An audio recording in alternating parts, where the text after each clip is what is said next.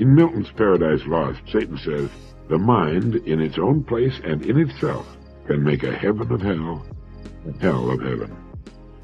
When Satan says this, he does not realize its truth or the ironic fact that his hate-filled mind has indeed made for him a hell of heaven, but cannot make a heaven of hell. And Satan, in this great work by Milton, has lots of company. Let's read that line again. The mind is its own place, and in itself can make a heaven of hell, a hell of heaven. No one knows or can even guess at the uncounted millions who are living in a virtual heaven of opportunity in every department of their lives, and yet turn it into a living hell. They have every opportunity to love, and yet they hate. They have every opportunity to trust, and yet they mistrust. Every opportunity to work and give of themselves, yet they hold back in the suspicious dread that they're being cheated. They have every opportunity to share in the wealth of the richest society since the beginning of the world, yet they sit and grumble because it's not given to them for being lazy and ignorant. They're ignorant even though they are surrounded on every side with a free and abundant opportunity to learn to their full capacity. The public libraries in their towns and cities are half empty, waiting in vain for them to enter and learn. The schools and their parents beg them to stay in schools, to qualify themselves for a fast-changing world, but they drop out. But it's not just to some of these that the mind turns a possible heaven into a hell. In every walk of life, in every strata of society, you can see the bitter, desolate expressions, the hollow eyes and listless hands of those whose minds have condemned them to the tortures of the damned, or a life of endless tedium and ennui. The old Roman Seneca put it this way. He said, a great, a good, and a right mind is a kind of divinity lodged in flesh, and may be the blessing of a slave, as well as of a prince. It came from heaven, and to heaven it must return, and it's a kind of heavenly felicity which a pure and virtuous mind enjoys in some degree even on earth. And Chaucer said, my mind to me a kingdom is, such present joys therein I find, that it excels all other bliss that earth affords. Every person's mind is his kingdom, and he, as the reigning monarch, decides what kind of a kingdom it is to be, bleak or bountiful, rich or poor, interesting or dull, happy or unhappy. Milton knew what he was talking about when he had his Satan say in Paradise Lost, the mind is its own place, and in itself can make a heaven of hell, a hell of heaven. An interesting and happy mind can, as Seneca said, be the blessing of a slave as well as a prince, and the most important moment of our lives is when we understand that we can fashion our minds as we will. What stubbing, plowing, digging, and harrowing is to land, that thinking, reflecting, examining is to the mind. We know the soil is rich. Harvest is up to us. I ran across something in the National Observer I think you'll find interesting. It originally appeared in the Atlantic Monthly and was written by Paul Foley, an advertising executive. Of the, some 96 million American females alive today, from infants to octogenarians, 8 out of 10 at some time in their lives will have worked for a wage. In an average month last year, there were some 23 million women at work. Some 17 million of them are full-time workers. Now, though women are represented in almost every type of employment, from domestic help to the highly paid professions, most jobs that women hold full-time are in the lower paid, unskilled, semi-skilled, or what might be called the blue smock categories. Since World War II, the number of women in American industry has increased, but the number of women in jobs or professions requiring higher education, training, or specialized knowledge has not kept pace. Why? Well, because too many young American women of college age shy away from the commitments which are necessary to make the most of themselves as individual human beings. They're exhibiting a growing tendency to avoid a career commitment with its earlier commitment to education and preparation in order to enter early into the marriage lottery. The professions are wide open to American women. They won this right long ago, yet only 3.5% of the American lawyers, for instance, are women.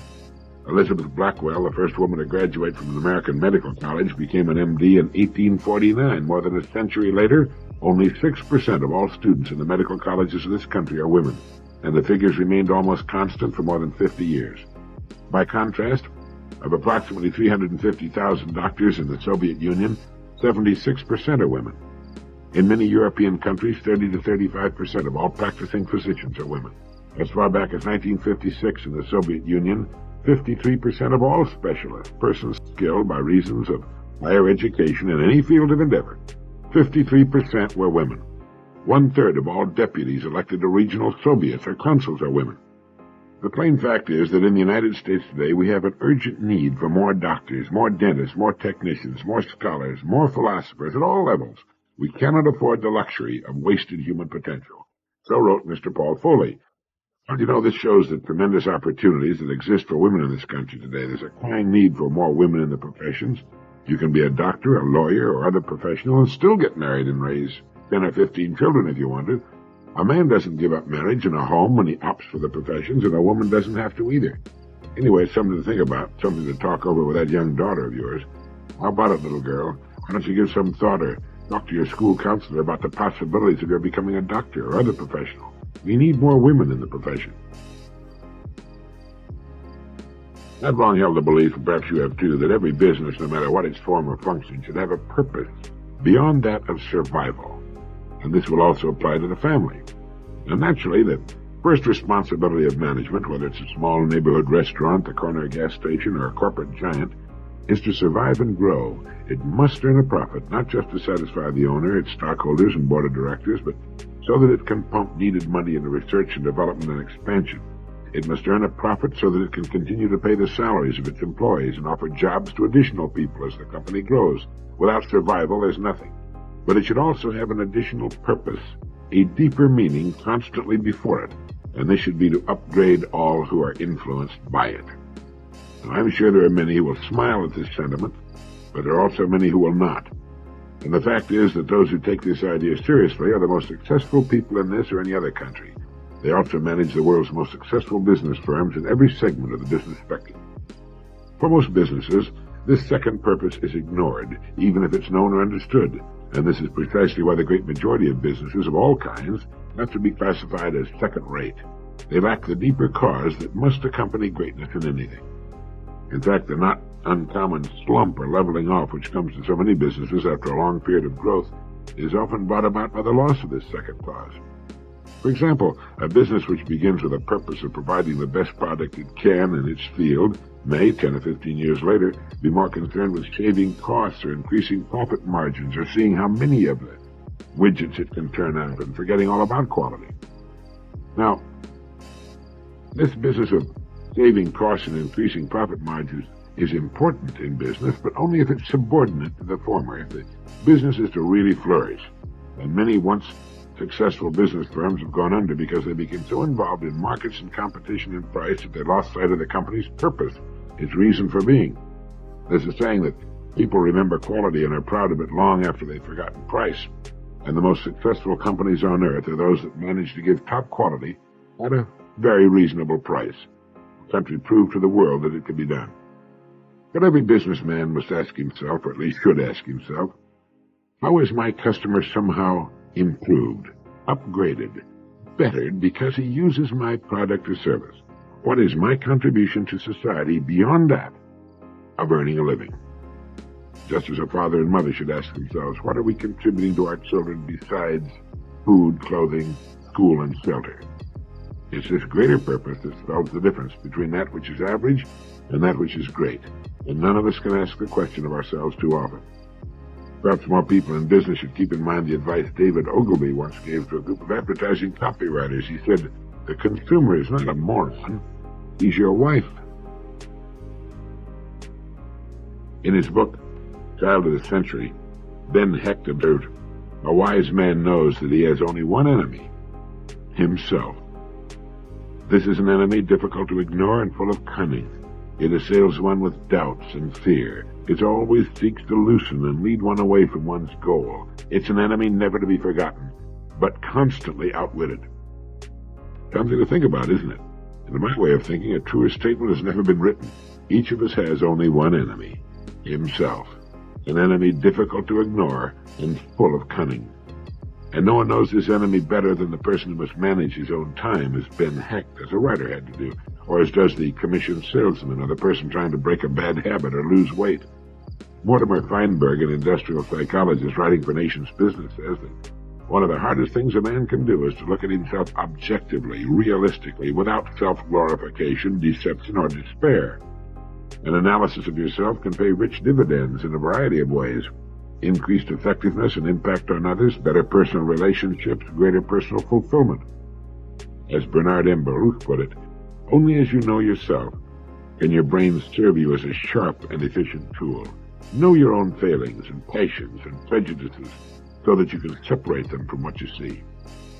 Getting to know yourself is not simple. Psychologists agree that each of us builds up a strong network of defenses which act to protect us from others and, incidentally, from ourselves. All of us are born into this world helpless and dependent. In order to survive, we need to lean on others. The child growing up learns to turn to mother, not only for the comforts of physical help, but for the more rewarding comfort of approval. As we grow older, we continue the search for approval from the widening circle around us. We want friends not only to like us, but to approve of what we do. And in their approval, we find reassurance of our own worth. So great is the human need for love and approval that we will even deceive ourselves if necessary, rather than face the fact that we might not deserve it. Undisguised, our behavior might not always merit approval. All of us do things that are inconsiderate, unkind, downright cruel. But rather than face ourselves in an unkindly light, even to our own eyes, we unconsciously will protect our image of ourselves. We rationalize. We say, oh, well, I did it because, providing supposedly good and substantial reasons for our behavior. We project, disowning the fault and seeing it as the other fellow's problem. We displace by blaming someone else for our own faults that we can't accept. We compensate by stretching ourselves in one area when we failed in another. Our defenses serve two purposes. First, they represent an attempt to prove to others that we're really fine people and anything we do wrong is done for the right reason. And second, they help us to deceive ourselves. Know your enemy and you can overcome him. Know yourself. The ancient advice still heads the list, and perhaps you can overcome the only real enemy you have, yourself. I had a call the other day from a young life insurance salesman. It was a long-distance call from another state. He told me he was thinking of leaving the life insurance business and going into something else, and he asked me my opinion of a good business for him. I asked him why he was leaving the life insurance business, and he said something to the effect that he just wasn't making any money. I tried to sell it, he said, but nobody wants to buy it. I suggested that maybe his problem is that he's motivated by an attempt to sell rather than by the attempt to help people solve their problems. You know, it's a well-known fact that the average family does not have enough life insurance. This is a problem. In trying to solve this problem, he would probably find himself quite successful selling life insurance. The success of our undertakings depends not so much on the undertakings themselves, but rather our motive for doing them. It's our motive that makes the difference. One man says, there ought to be a lot of money in children's books. I'll write one. And then he's disappointed when it's rejected or flops in the market. But Hans Christian Andersen and the Grimm brothers and Lewis Carroll, Mark Twain, and Kipling were motivated to write their great children's stories out of their love for children. And these books and stories will last 1,000 years and earn millions. The greatest novel ever written, War and Peace, by Leo Tolstoy, the greatest companies, the greatest men and women in all walks of life, achieved their greatness out of a desire to solve a problem or fulfill a need or to express something that had to be expressed. Now, this is not to say that these people and companies did not earn a lot of money for what they produced. They did. But the key to their success is to be found in the fact that they were motivated more, at least in the beginning, by what was needed or what they felt they had to do than by any thought of profit. This is the actual secret, the key to profit.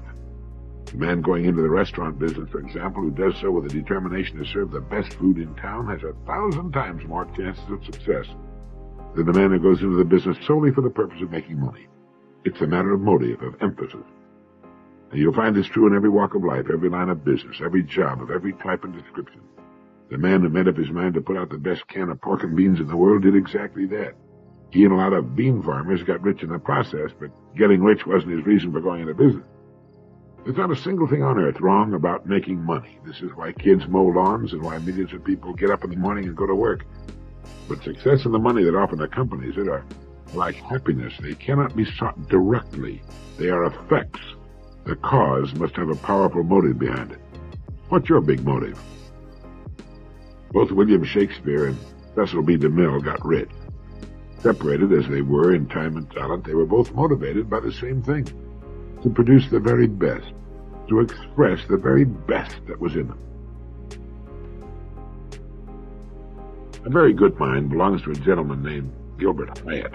Columbia University professor, book critic for Harper's Magazine, radio lecturer, and author. Mr. Hyatt wrote a book many years ago titled Man's Unconquerable Mind, and in one part of this book he wrote, "The human mind is capable of far more work than it has ever done. A normal man uses nearly all his muscles during his mature life, but leaves large areas, perhaps two-thirds of his brain, dormant. And even the greatest creative thinker has ever complained that his intellect was too weak to serve him, that he found it a dull and clumsy tool, but rather that he was approaching death before he learned all its uses. Then why are there so many ignorant and stupid people in the world? Surely it's because some of them, as individuals, misuse their minds, while others live in societies that discourage thought. Individually, many people throughout the world are simply lazy. The bright, adventurous intelligence which they enjoyed in their youth is allowed to lie virtually unused for the rest of their 70 years, covered over with a sediment of routine, rusted by the constant drip of casual gossip, clogged by meaningless chatter from newspaper and, if you'll pardon the expression, radio and television, employed only on daily problems and the incessant re-examination of personal reminiscences. Often an active mind forces its way out of the cocoon and cries for work, and then its owner gives it false and fruitless work to do. Many a man who unconsciously loathes the boredom of his life will relieve it by thinking, but by thinking about the wrong subjects. He'll memorize the first, second, and third horses in all the major races for 40 years, or the batting averages of 2,000 leading players. Many a woman finds her greatest intellectual pleasure in collecting and arranging an immense volume of gossip and genealogy. Who married whom? Who is whose cousin? What are the weaknesses of each particular family? And so forth. And lastly, many an otherwise intelligent man or woman wastes his or her time and intellect by failing to train and use the mind properly, by assembling masses of utterly uncoordinated facts and unverified information, then building on them. Such people become local eccentrics, hollow earth fanatics, amateur metaphysicians. They're not fools, but they have minds and spoil them. David Seabury has written that we must understand that our minds are not us. Our minds are tools that we may pick up and use for whatever task we choose. And just as you wouldn't use a fine steel carving knife to hack at heavy bones, you shouldn't waste the time and blunt the cutting edge of your mind on dulling subjects. Perhaps heredity might put an upper limit on a child's intellectual capacity, but this ceiling is so high that many scientists believe no human has yet even approached it. So here we are with two-thirds or more of our minds going to waste. If we can find more and better ways of using them, we can greatly increase the excitement, the fun, the rewards of living. Strange, unfathomable happiness. The happiness of thinking, of seeking knowledge for its own sake. Everyone's tasted it. It's born in children. It goes to school with them. What happens to it? Here's something else by Gilbert Hyatt. He wrote, thinking, learning, remembering, knowing, imagining and creating new ideas, preserving and communicating knowledge over distances in time and space. Not only is it wonderful in its compass and variety, it is unique. It makes us human. Consider our lives. All other activities we share with the other inhabitants of the planet. Animals, birds, reptiles, fish, and insects also struggle for power as we do. They organize themselves into social groups. Many build. Some control their environment by ingenious inventions. Some of them, like some of us, collect wealth. They fight. They make love. They play games. Some have powers we shall never possess and can scarcely comprehend. Cunning and skillful they are. Yet collectively they learn little that's new, and individually almost nothing. Their skills are intricate but limited. Their art, though charming, is purely decorative. Their languages consist of a few dozen signs and sounds. Their memory is vivid but restricted. Their curiosity is shallow and temporary, merely the rudiment of that wonder which fills the mind of a human scientist or poet or historian or philosopher. They cannot conceive of learning and knowledge as a limitless activity administered by the power of will. Only human beings really learn and know and remember and think creatively as individuals. Knowledge acquired and extended for its own sake is a specific quality that makes us human. Our species has the hair and lungs of animals, reptilian bones, and fish-like blood. We are close indeed to the beasts. Often we're more cruel. But we're fundamentally different from them in that we can learn almost infinitely and know and recollect. We are Homo sapiens, man the thinker. The life of every individual man and woman is made up of many acts and passions, but it is most clearly and consistently seen as a pattern of learning. We think all the time. Our thoughts and our experiences continually form a mass of material which we accept and try to organize. It is chiefly in the depth and completeness of its organization that we differ from one another. History is the record of struggles for power, is exciting but unrewarding. Dinosaurs tore at one another for ages. Some survived for a while, some died. It's all meaningless. Tribes of human beings have been hunting and rending and enslaving one another for many centuries. It is factual, but is it important? No. Surely our essential history is the story of our learning and thinking. It was by learning that we ceased to be animals and made ourselves into men and women. That was the first stage. Cell by cell and reflex by reflex, the wonderful human brain was formed. And with it are two other human powers, the devices by which, even if the world fell into ruin, we can still rebuild it. Our fantastically intricate speech and our ingenious, adaptable hand. So wrote Gilbert Hyatt, and in reflecting on all of this, it makes me want to ask, but what am I doing with these wondrous gifts? It's said that if you give too much to a child, he will come to take his gifts for granted. That's little more than his due. You and I have been given gifts beyond measure or price, and our reaction is usually the same. Someone sent me a very interesting little article about the words we use most. What do you think is the most frequently used word? Well, that's it. It's is. The personal pronoun I is more popular than you. Man outranks woman, but mother has a considerable edge over father. Scholars from the University of Chicago and the University of North Carolina have compiled a list of the 8,000 most frequently used words in the language, and they made this discovery. Regardless of education, most people use only 403 words in more than 80% of their everyday conversation. Now, whether you're a PhD, a ditch digger, a waitress, an office clerk, or a botanist, your basic talking vocabulary is about the same, the research team concluded, and you use only 403 words in more than 80% of your everyday conversation. Now, do you realize what this means? Well, to me it means that you can speak any language with comparative ease by learning only about 400 words. Because despite the fact that there are more than 450,000 words in Webster's Big Dictionary, over 600,000 in the English language, we use the same few over and over again. The word is the most used, followed by the, and, a, and to. In fact, these five tiny words, is, the, and, a, and to, provide 1/6 of a person's spoken vocabulary. And think of this, the first 33 words on the list of most used words constitute more than half of a person's everyday speech. Here again you can see how easy it should be to learn to get along in a foreign language, if we know which words to learn and how to hang them together. 33 words represent more than half of our daily conversation. And here's an interesting sidelight of this whole thing. It'll give you an idea as to how we generally react to things and ideas. The word no ranks 87th in the list of the most frequently used words. The word yes ranks 366th. In other words, we use the word no more than 4 times as often as we use the word yes. However, the word good ranks 114th, while bad ranks 309th. And to give you an idea of why so few words make up our daily speech, the word hard ranks 144th on the list, but the word difficult ranks 474th. This means we use the word hard when we mean difficult. And it gives us another indication of how really few words you need to know to get along, at least fairly well, in language. There are other hopeful signs. The word love ranks 264th, and the word hate does not appear on the list. On the other hand, war ranks 3,051st, and peace does not appear on the list. The word God stands at 511th, and the list of the 10 most often used nouns is interesting. We are most likely to talk of a man, a picture, woman, mother, thing, way, and, girl, kind, or face, in that order, as the 10 most often used nouns. The 10 most frequently used verbs are look, think, know, go, seem, see, say, get, try, and come. It was also discovered who does the most talking, men or women. The study found that women talk more than men and say much less.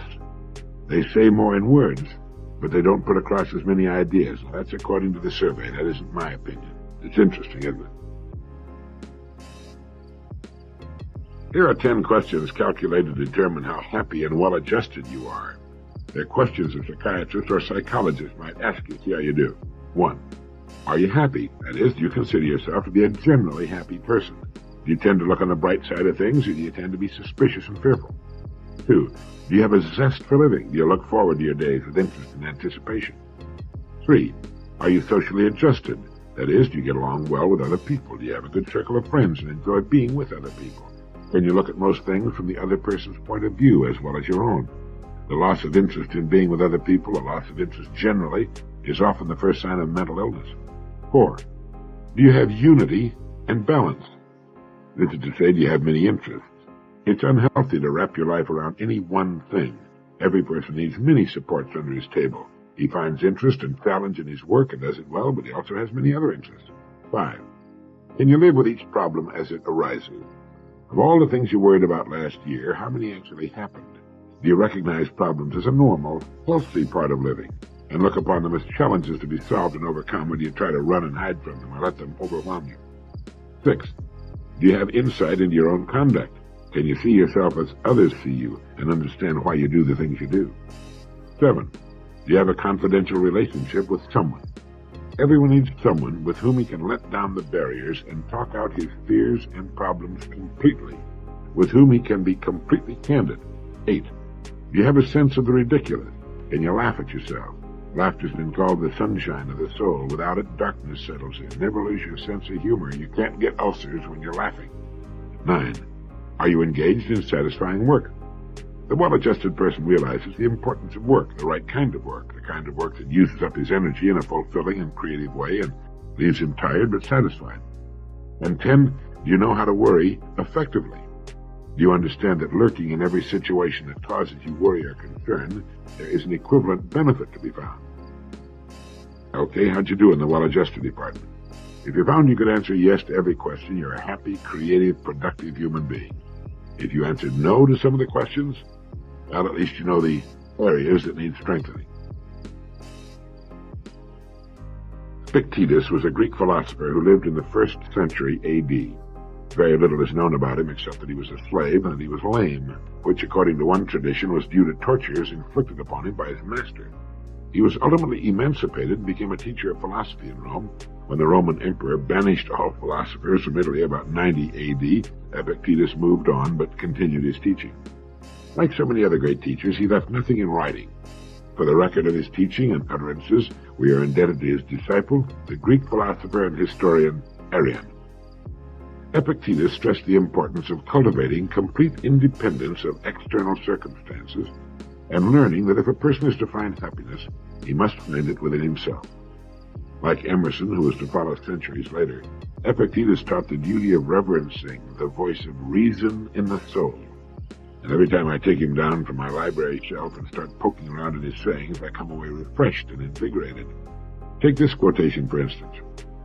Even as the sun doth not wait for prayers and incantations to rise, but shines forth and is welcomed by all, so thou also wait not for clapping of hands and shouts of praise to do thy duty. Nay, do good of thine own accord, and thou wilt be loved like the sun.